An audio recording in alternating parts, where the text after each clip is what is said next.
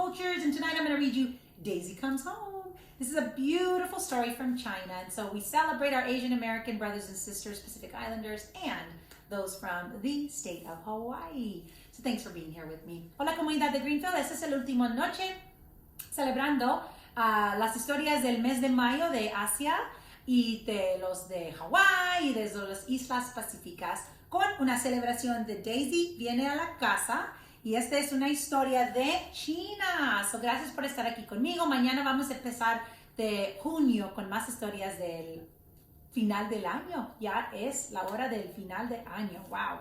Okay, aquí vamos. Daisy Comes Home. Here we go. Jan, Brett, Daisy Comes Home.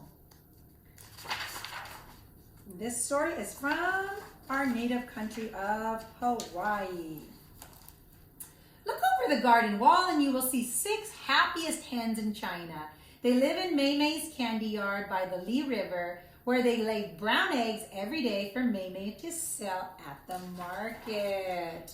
Every night when it's time to roost the hen house, the other hens picked on Daisy. They fluffed up her feathers and crowded her off the perch. They jostled her until peck. One of the others pushed her off the perch. Oh no, poor Daisy, they're not being nice to her. Then the hens tucked their heads into their feathers and went to sleep while poor Daisy was stuck below on the damp floor, shivering until the morning. One day it seemed all day and the hens stayed inside. When it got dark, they flew up their perch except for Daisy. She had enough of pushing hens and cold, damp floors, so she went outside to find a place to spend the night. Daisy found a spot and was sleeping and didn't even see the river creeping up the bank where all the rain was. And when the water started reaching Happy Hen's basket, she didn't even feel that she started floating in the river. But when the basket started tipping and bobbing, Daisy woke up.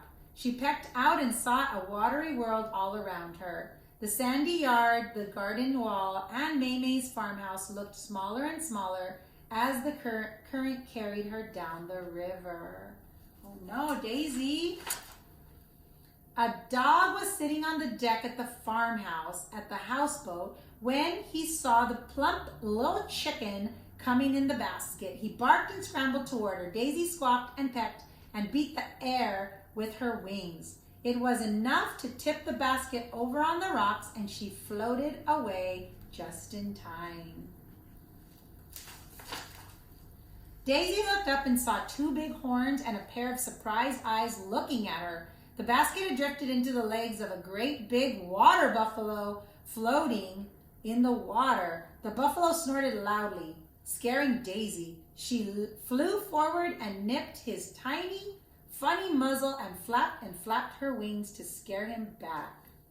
Then she continued down the river. Daisy traveled along all day and all night in that basket, and she saw a banyan tree where a troop of red-tailed monkeys lived. The curious monkeys looked at Daisy and climbed down for a closer look. Daisy froze as one monkey crept up on her basket and tried to reach in. Daisy flapped and pecked and nipped and squawked, and then they left her alone as she continued floating down the river. Up next, Daisy saw a fisherman with cormorants diving all around him. Cormorants, those are those birds, I guess. They were catching fish and taking them to him for a reward. The fisherman felt a soft hump behind him. Thinking it was another bird, he reached around and saw Daisy. Finders keepers, he said. Little fish, big fish, silver fish, white fish. That's what I am going to sell at the market. But today I will have the tenderest young chicken. Oh no, he's going to try to sell Daisy? At home, Mei Mei had looked all day and all night for her little Daisy. She wasn't in the hen house, and she looked all over. She couldn't fly over the wall. Where is she, Mei Mei wondered, worried all the time about what had happened to her Daisy. So she called at the top of her voice to look for Daisy, and then she saw her. When Daisy heard the call, she answered and went running towards Mei Mei. She found her at the market.